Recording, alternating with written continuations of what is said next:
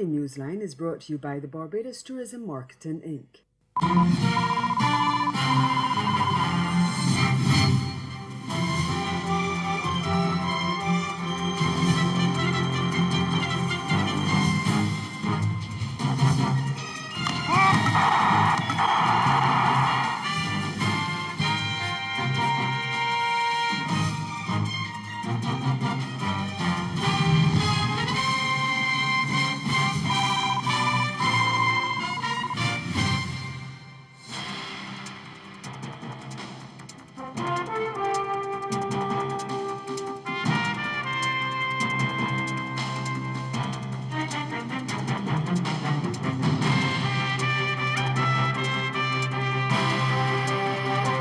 Caribbean countries protest the appointment of the new Venezuelan representative at the OAS. Our top story in Caribbean Newsline for Wednesday, April 24th. From the CMC News Center in Bridgetown, I'm Dawn Paris. Good evening. 8 CARICOM countries are protesting the Organization of American States OAS decision to accept the appointment of a Venezuela opposition-supported nominee as the country's permanent representative to the hemispheric body.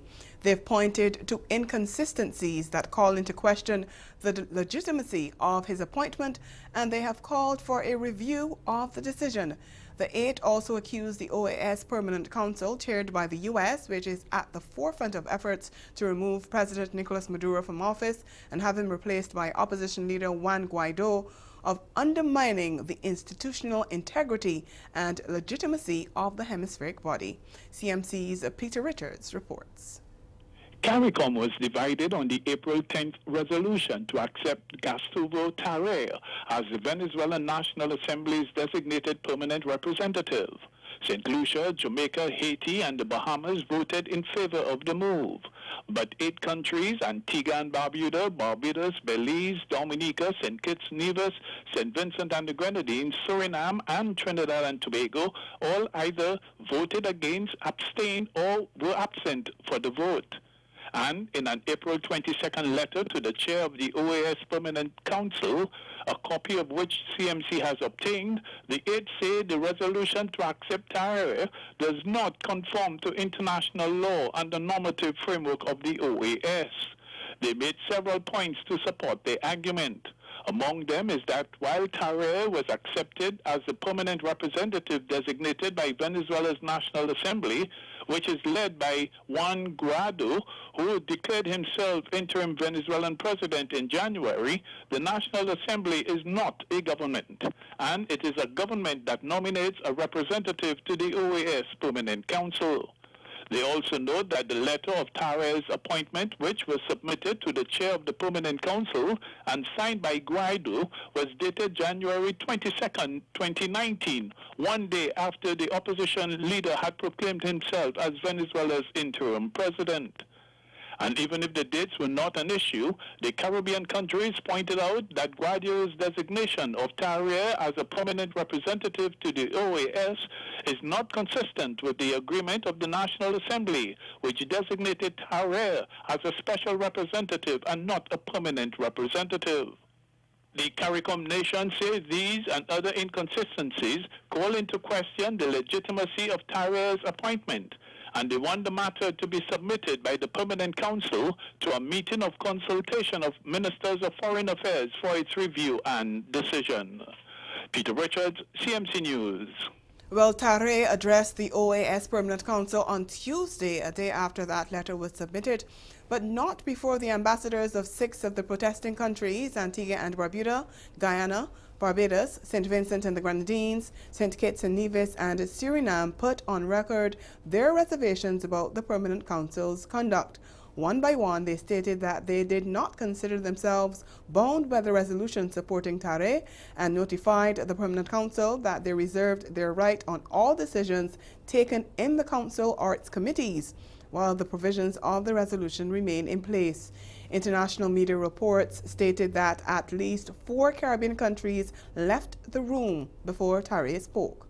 When he did address the Permanent Council, Tare called on the OAS to help rebuild Venezuela from tyranny under Maduro. He said that he will work to organize free and fair elections in his country, and he made it clear that he would continue to attend meetings of the OAS Permanent Council. Government ministers in Guyana, who earlier this month announced their resignations because of dual citizenship, will officially give up their portfolios and seats in Parliament this week. As we hear in this news source report, President David Granger is expected to make an announcement before Friday's parliamentary sitting. Although the government announced the resignation of the 4 ministers on the 1st of April, the resignations did not take immediate effect, and the 4 have been continuing with their ministerial duties. With the president's return to the country and the National Assembly set to meet this week, the coalition is set to announce the new MPs who will fill the 4 seats. The portfolios for the 4 government ministers are likely to be taken up by other cabinet colleagues, and the resigned ministers are likely to take up new roles in the government. 3 of the 4 government ministers, Carl Greenidge, Joe Harmon, and Dr. Rupert Ripnarine, who have resigned, are also expected to begin steps to give up their foreign citizenship. The 4th minister, Dominic Gaskin, was born in the United Kingdom. On the opposition side, its 3 members of parliament who are dual citizens are also expected to be replaced. 2 of the 3 have already resigned from parliament. The Caribbean Court of Justice, CCJ, on Wednesday set new dates to hear the appeal against the Guyana Court of Appeal ruling that invalidated a no-confidence motion passed against the government last December. The substantive matter was originally scheduled to be heard on May 10th, but following statements made by Trinidad-based senior counsel Douglas Mendez, who's representing opposition leader Barrett Jagdio, and Belize-based counsel Eamon Courtney, who is representing the Attorney General's office, it will now be heard over 2 days, beginning May 9th.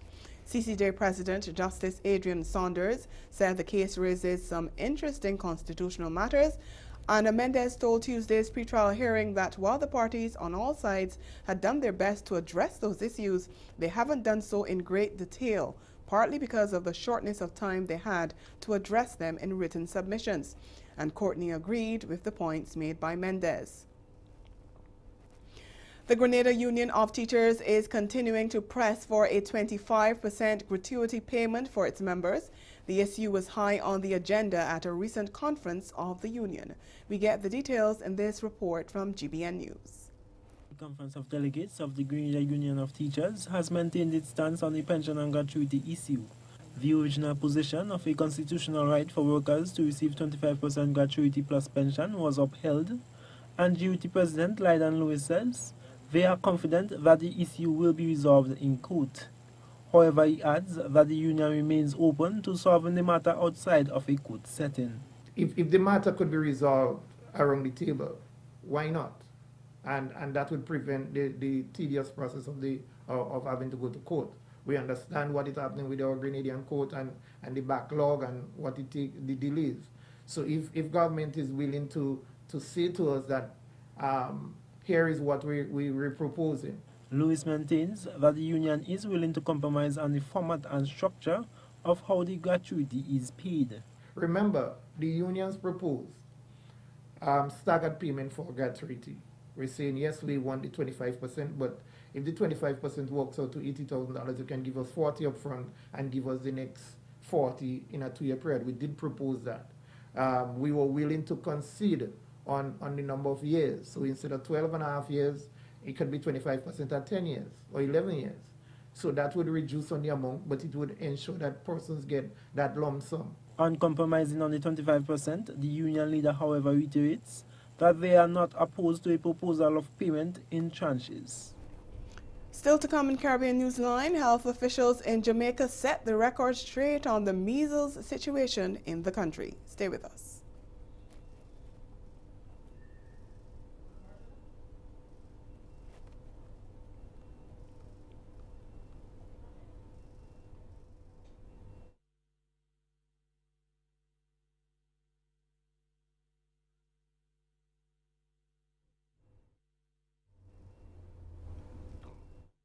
Continuing with the news now, health authorities in Jamaica are seeking to clear up confusion over whether or not Jamaica has recorded a case of measles. The Ministry of Health says there is no measles case in the island. It issued a statement on Wednesday after a back and forth between Health Minister Dr. Christopher Tufton and Opposition spokesman on health Dr. Dayton Campbell in Parliament on Tuesday afternoon. During the afternoon sitting of the House of Representatives, Dr. Campbell had asked the minister whether he was aware of any local or imported cases of measles. Dr. Tufton said he was not, and Dr. Campbell then disclosed that he was aware of at least one confirmed imported case which had been reported to the Health Ministry. Later during the debate, Dr. Tufton told Parliament he had received information about a case of a child at a private hospital in Montego Bay, but he said the child had to be treated not for measles, but for complications from a previous bout of measles, and she was not contagious at the time. The statement from the Ministry of Health on Wednesday supported Dr. Tufton's comments. And speaking on RJR's Beyond the Headlines program, Chief Medical Officer Dr. Jacqueline Bissessar McKenzie explained the case. This case was a case of a child that had measles that was confirmed in the country of origin approximately 2 weeks prior to coming to the island. So at the time that the child presented to the country, the child did not have measles, and while the child was suffering from what we consider to be complications that could have arisen out of the previous infection with measles, the child did not at the time of presentation have measles or would not have been contagious. So the period of contagion is how long? It's usually 4 days after the fever develops. But the Chief Medical Officer did admit that there was a communication breakdown. In retrospect, certainly I said I believe that, yes, he could have been briefed on the matter. But generally speaking, we do have from time to time cases that may come in as being reported as suspected. However, if the investigation shows that they are negative, then we would not necessarily routinely advise the minister. But I do take your point that it is a topical case at this time, and therefore the minister could have been informed. We'll take a break now and be back with Newsline Business.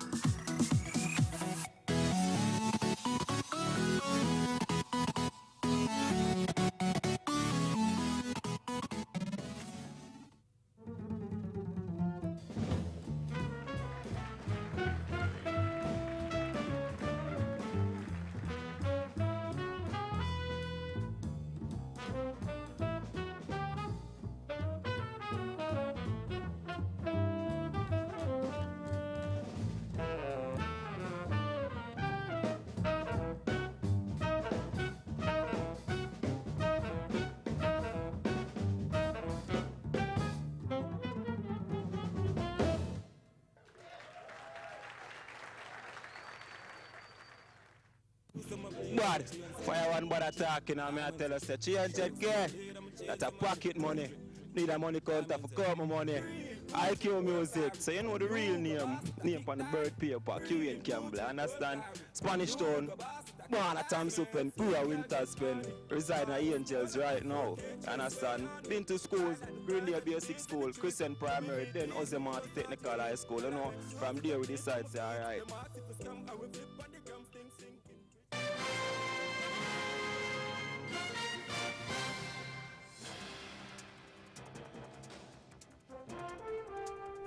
We continue now with sports. Dynamic all-rounder Andre Russell has been named in West Indies' 15-man World Cup squad. Selectors announced that on a Wednesday. The 30-year-old has played 52 one-day internationals, but has not suited up for West Indies in almost a year. He was recalled for the recent series against England, but did not feature due to injury. He's part of a squad largely unchanged from the England tour, and which will be captained by Jason Holder, and it includes veteran left-hander Chris Gayle and the youth of Shea Hope, Shimron Hetmeyer and Nicholas Pooran, who were all in their first ever World Cup. Fast bowler Shannon Gabriel, who will also play his first World Cup, will lead the pace attack, which includes veteran Kemar Roach, left armour Sheldon Cottrell, and rookie O'Shane Thomas. Holder, Russell, and fellow all-rounder Carlos Brathwaite will all provide additional firepower in conditions expected to be seam-friendly. Left-handed opener Evan Lewis, who has been out of the squad for almost a year, makes a return. The ICC World Cup runs from May 30th to July 14th in England. Interim Chairman of Selectors Robert Haynes outlined the factors that went into the selection of the squad for the World Cup. Well, debate had raged over the last week about the possible inclusion of previously marginalized players, but there was ultimately no recall for the likes of all-rounders Kieron Pollard and the retired Dwayne Bravo.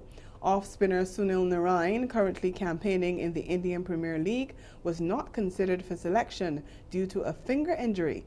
There was also no place for fast bowler Alzari Joseph, who also pulled out of the T20 League with a dislocated shoulder.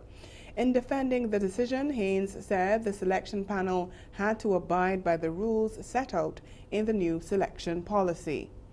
Meantime, reacting to the announcement of the squad, Barbadian cricket commentator Philip Hackett said he believes the selectors would have had a tough decision given the wide range of players available to them. He said they had taken a step in the right direction. And while Windies will be going into the World Cup with Gayle, Hetmeyer, Bravo, Lewis and Hope as their power hitters, Hackett believes there is still need for more solid batsmen in the lineup. Former West Indies women's captain Marissa Aguilera calls it quits in international cricket. That word came Wednesday from Cricket West Indies. The Trinidadian had been one of the longest-serving members of the Windies women's team following her ODI debut against the Netherlands women in July 2008 and her T20I debut against South Africa in June 2009. She played in over 100 ODIs and led the side between 2009 and 2015. She played a leading role in them reaching the final of the ICC Women's World Cup in India in 2013 and the semi-finals of the ICC Women's World T20 in 2010, 2012 and 2014, and was part of the 2016 ICC Women's World T20 winning team in Kolkata. Aguilera, who was also a wicket-keeper, has over 100 dismissals in ODI cricket, recently achieving the three figures during the home series against South Africa women in September 2018. In addition, she has over 70 dismissals in T20 internationals from the 95 matches she has played. She's played 112 ODI matches, amassing 1,752 runs at an average of 20.61 and 95 T20Is, scoring 768 runs at an average of 14.49. The 34th Carifta Swimming Championships wrapped up on Tuesday night in Barbados, with Team Bahamas winning the title for the third consecutive year. The Bahamas accumulated a total of 73 medals, inclusive of 35 gold, 18 silver, and 20 bronze to top that segment of the Games. Jamaica was second with 59 medals, including 22 gold, 25 silver, and 12 bronze. Trinidad and Tobago placed a third overall with 17 gold, 12 silver, and 14 bronze for their total of 43 medals. The Bahamas had brought the curtain down on the Games in the final event with the boys' 15-17 relay team smashing their third Carifta record. They put the icing on the cake in the 4x50 meters freestyle in 1 minute 35.18 seconds. Other outstanding swims came from Bermudian Elan Daly, who accounted for the new mark in the 13 to 14 girls 200 meters freestyle, clocking 2 minutes 6.13 seconds, while Jamaican Zanetta Alvaranga set a new record of 27.84 seconds in the 13 to 14 girls 50 meter butterfly. Danielle Titus of host Barbados entered the record books when she clocked 1 minute 4.6 seconds in the 15 to 17 girls 100 meter backstroke. Unlike the Crifter track and field, that is decided on medals, the swimming competition is determined by points, and at the end of the 4-day competition, Bahamas collected a total of 889.5 points, followed by Jamaica with 748 points, and Trinidad and Tobago rounding out the top 3 with 676 points. And that's the sport. We'll be right back.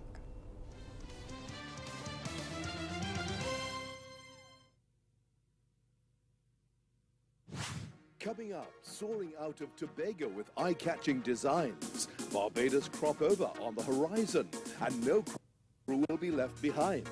The Renegades celebrate, while Rose Hall is always occupied. It's all next on Caribbean Passport on this station.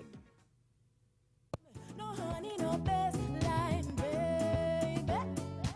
Hope to see tomorrow. We needed some distance, honey. I hope you didn't straight line. Make you move. No more time to waste, boy. I better tomorrow. I better tomorrow. I better tomorrow. Better tomorrow.